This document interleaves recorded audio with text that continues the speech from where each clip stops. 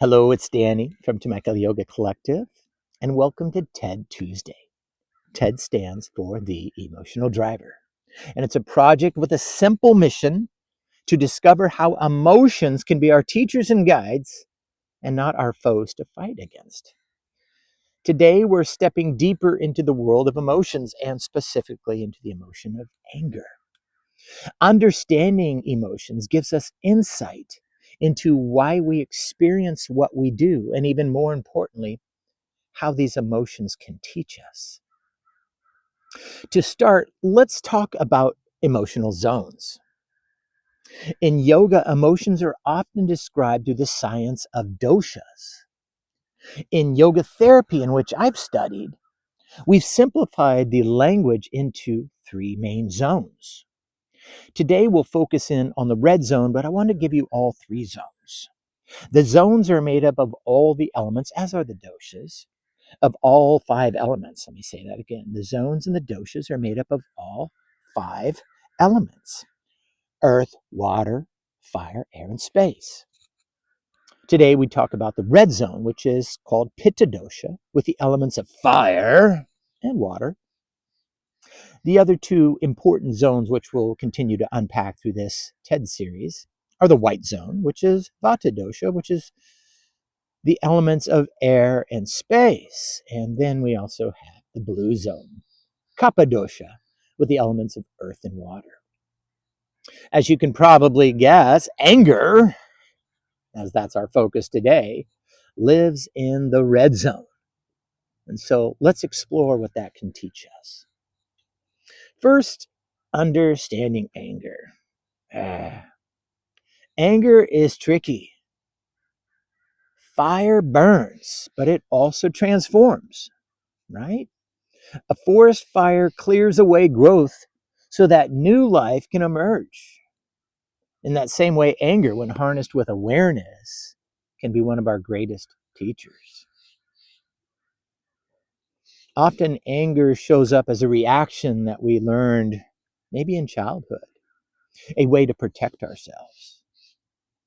And what we want to do now is, instead of pushing this feeling away of anger today, we want to allow the anger to be felt, but in a safe space so that we can work with it.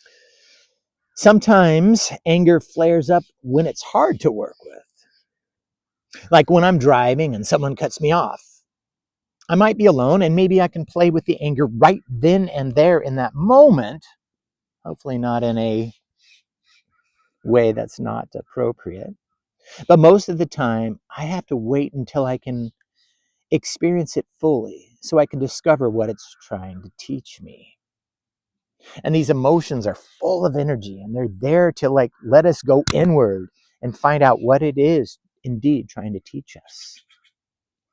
So one of the things that we can start to do, and what we talked about before, is exploring four ways in which we can ask ourselves questions, which leads to a fifth. Exploring anger in our body. When you first meet your anger, try asking yourselves these questions. What am I feeling? Today it's anger. How am I feeling it? Is it hot or strong? Is it feverish? Is it running wild? These are the questions that we ask ourselves. How am I feeling it? It's kind of annoying, so it's maybe not so powerful at me. Or it's just, man, it just grabbed hold of me. I went from 0 to 10 in just a second. These are important things to ask ourselves and to be okay with the answers we give ourselves. Next, we want to see where we are feeling it. All emotions, they may seem like a mental construct, and they are, so we can understand and communicate with them, but they do reside in our body. And so we want to ask ourselves, where am I having this felt experience? So where am I feeling it? Is it in the belly? Is it behind the eyes? Is it in the back muscles? Is it in the jaw? Where is it for you? It's important to ask ourselves that. And then, just with anything, we have to start to develop an understanding of the qualities around something. And qualities are something that we continue to explore. We know that when we go outside, oh, it's a brisk morning, it's cold, or it's moist out, or it's humid, it's hot. But our emotions also have a quality to it. So we want to ask ourselves in this safe place, how does it feel? Does it feel hot? Does it have a shape? Is it coming at me with this amorphous type blob, or is it coming at me like a brick, boom, and smacking me in the face? Does it have a color? And maybe even a smell. And these qualities are based around the five senses. So the sense of smell, of touch, of taste, of hearing, and seeing. And so usually there's something that can describe the quality of our emotion. And so we want to play with that. And so often for us, anger shows up as a fire in the belly. And we've even heard that in our language. But locating it in your body helps to loosen its grip. Once we've done those types of things, we can start to work with the opposites. And that's really where I'm excited to do stuff with.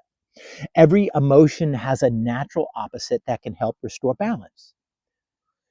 With anger, these opposites are especially powerful. So everything's got this balance. And when you have a heavy weight on one side, you know that it's going to take a heavy weight to bring us into balance. That means that we have the equal and opposite ability to use its opposite pair to transform us.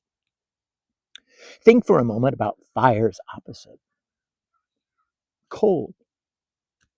Cold is the opposite of maybe hot. And cold slows things down. Sometimes anger just runs us so fast that we say things and do things without having the space to reflect on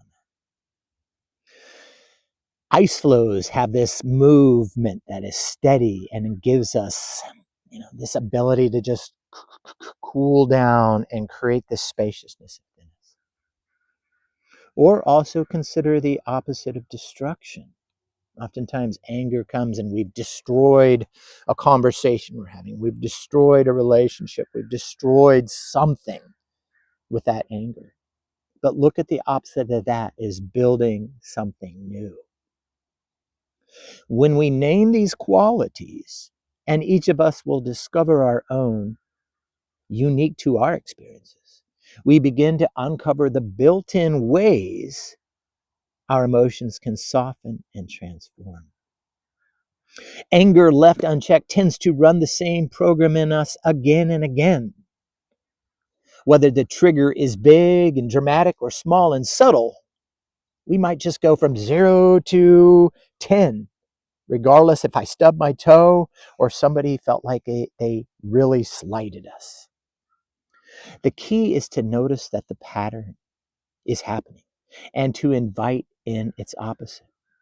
So the fire doesn't consume, but instead clears a way for new growth. And that's a neat thing, that we don't have to feel shame about experiencing something.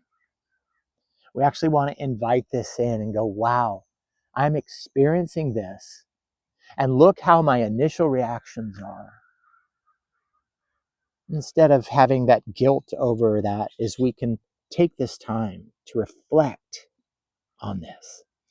Today, as anger is such a powerfully transformative emotion, but is also something that can consume us, I want to offer us 3 practices that can help us to tone down the nervous system so that when we do have these opportunities to contemplate about these patterns of anger, that we have an inner resiliency that lets us fearlessly question and understand the source of our anger and how we are reacting to it. So I'll offer you 3 practices today. One is a cooling breath. I love this. Anger is so heat-based that we want to cool the systems down. And even when we are in a hot environment, that can easily help trigger an anger reaction. So I'll give you a cooling breath today. I'm also going to give you a contemplation for clarity and understanding. It'll guide you to help unpack the roots of your anger and maybe gain insight in what it's trying to reveal. And then lastly, what I love to do is a lot of this stuff seems to be up in the head and very cerebral. And I want to think about this. But really, we want to get beyond all of that when we've brought this stuff up to the surface and just kind of skim it away with this beautiful love and light chant that I'll share with you. So each of these practices that I'll offer you today will be able to be experienced alone, or you can do them combined. So today, I invite you to sit back, find a comfortable space, and join me in exploring these practices. Anger doesn't have to control us. It can guide us, transform us, and teach us. Let's walk together into the fire of the red zone and find out what the light of it has to offer us. Thanks for hanging with me, and I'll talk to you soon.